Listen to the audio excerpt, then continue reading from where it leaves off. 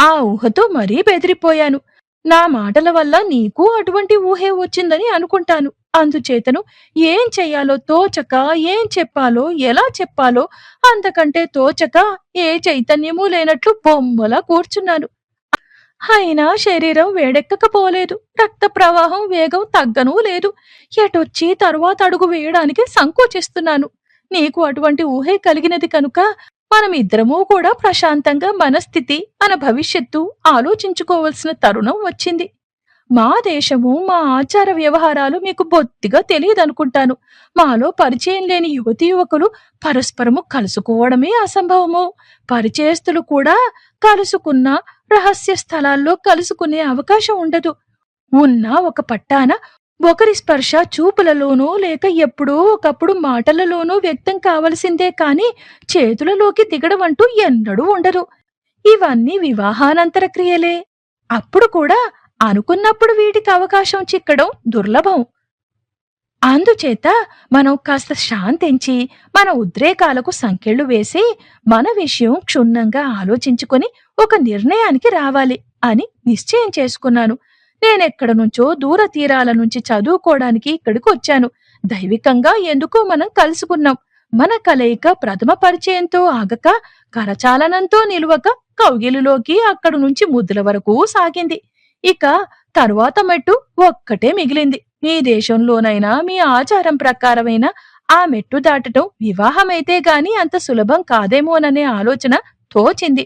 నీకు మాకు జాతిలో గాని మతంలో గాని ఆచారంలో గాని సంస్కారంలో గాని పొంతన కుదిరేటట్టు కనపడటం లేదు. మనం ఇద్దరము ఏకమైతే అన్నిటి మాట ఎలా ఉన్నా మన జీవనయాత్ర సుఖంగా సాగుతుందా? ఏ పొరపొచ్చములు క్షణక్షణము పొడసూపకుండా ఉంటాయా? నేను మా వాళ్లకు ఏకైక సంతానం. నీకోసం వాళ్లను విడిచి రాలేను. నీవు మాత్రం మా దేశంలో ఉండగలవా? నీవు అంగీకరించి వచ్చినా మా వాళ్లను మనలను గుమ్మంలోకి రానివ్వరన్న సంగతి మనం మరవకూడదు. ఈ పరిస్థితుల్లో మన వివాహం, వివాహానంతర జీవితం సాధ్యమేనా అనే విషయం మనం ముందు తేల్చుకోవాలి. అది సాధ్యం కానప్పుడు మన ఉద్రేకము వదులుకొని మన ప్రయాణమును మరో దారిన పట్టించి నిన్ను విడిచిన ఆ దారిన నేను పోతే జరగబోయేదేమిటో కూడా ఆలోచించుకోవాలి అన్నాను. వెంటనే ఆ అమ్మాయి నా మాట కడ్డొచ్చి, శామ్, నేను అనుకున్నదంతా భయపడినదంతా జరిగింది. ఎందుచేతనో నీవీ రోజున ఈ ప్రస్తావన తెస్తావనే ఆలోచన నాకు తోచింది. దానితో ఈ కొద్ది రోజుల ఆనందానుభూతి ఎక్కడకు దారి తీస్తుందోనని నేను పునర్విమర్శ చేసుకోవలసి వచ్చింది. నీకు తోచిన ఆలోచనే నాకు తోచింది. కాని ఆ ఆలోచన తలకు తట్టగానే హడలిపోయాను. కొద్ది రోజుల అనుభవంతోనే నీవు నా హృదయంలో స్థిర నివాసం ఏర్పాటు చేసుకున్నావు. హృదయంలోనే కాక నా అంతటా నీవే నిండి ఉన్నావు.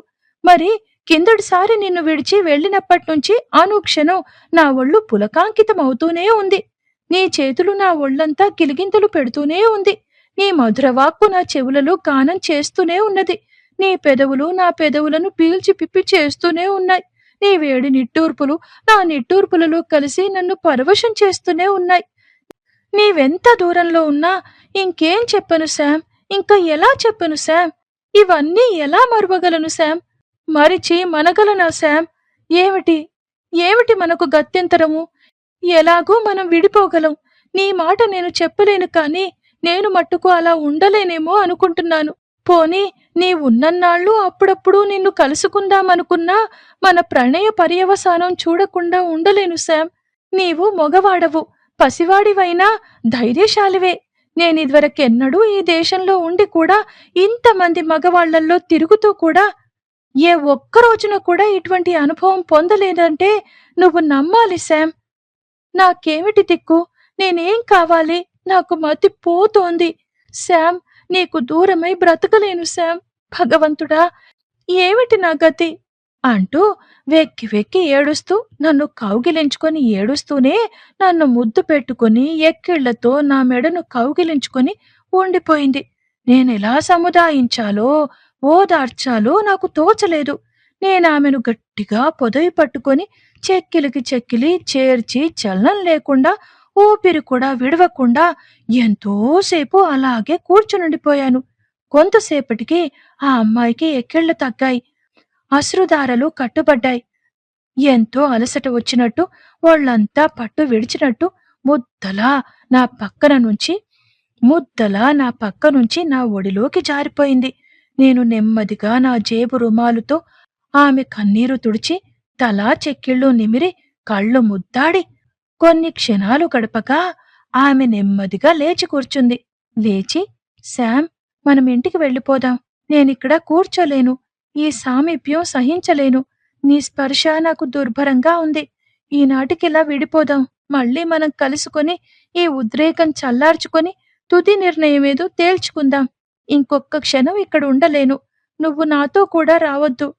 నువ్వు నాతో కూడా రావద్దు అని చెంగున లేచి, నా మాట వినకుండానే, నేనడుగు ముందుకు వెయ్యకుండానే ఒక్క పరుగున వెళ్ళిపోయింది. నా చేష్టలుడిగి శిలాప్రతిమలా ఆమె వెళ్ళిన దిక్కే చూస్తూ ఎంతోసేపు అలా నిలబడిపోయాను. నా పక్కగా వెడుతున్న వాళ్ళు కొందరు నన్నెగాదిగా చూసి, ఎవడీ వెర్రివాడు అనుకుంటూ చక్కా పోయారు.